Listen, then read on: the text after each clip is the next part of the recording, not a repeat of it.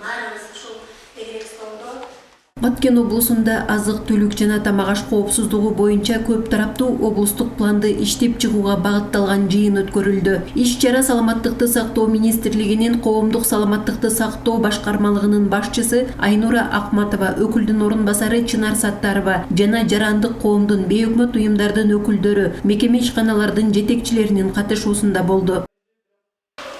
Тамактануунун айынан келген кесепеттерин, анын ушул элге таралган көйгөйлөр боюнча чечүүчү тиешелүү структуранын жетекчилери ушул жерде Баткен облусунун жыйылып отурабыз.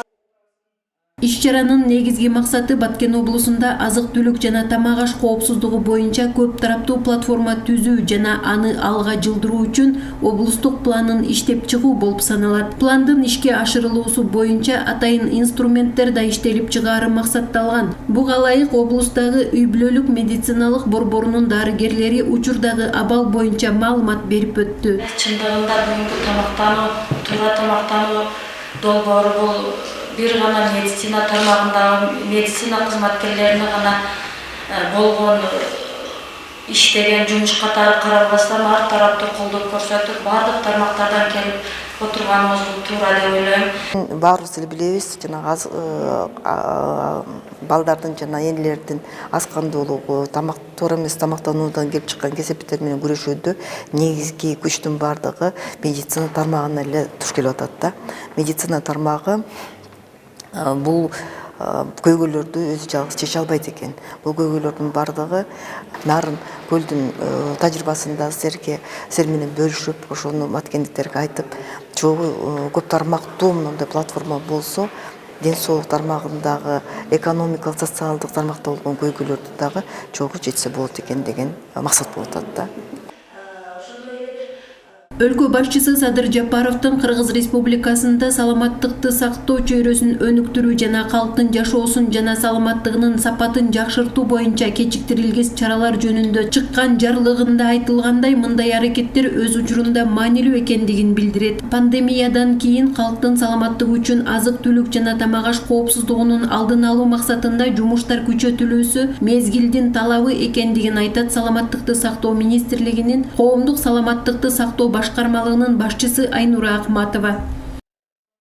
Иш-чара мынакей биздин урматтуу президентибиздин акыркы чыккан жарлыктарынын арасында дагы бир жарлыгы бар. Ушул калктын арасындагы жашоо сапатын жакшыртуу, жугуштуу эмес оорулардын санын азайтуу, калктын арасында сергек жашоо образын калыптандыруу, калк арасында ошол ден соолукка тийгизген ар кандай факторлорду азайтуу боюнча, коомдун саламаттыгын сактап калуу боюнча, коомдун саламаттыгын өнүктүрүү боюнча иш-чараларды колго алып жүргүзүү деген жарлыгы чыккан. Мына пандемия учурунда дагы бир жолу бизге сабак болуп, дагы бир жолу коомдун ден соолугуна, коомдун саламаттыгына көңүл буруш керек экендигин бардыгыбызга таандык болду десем жаңылышпайт болушум керек.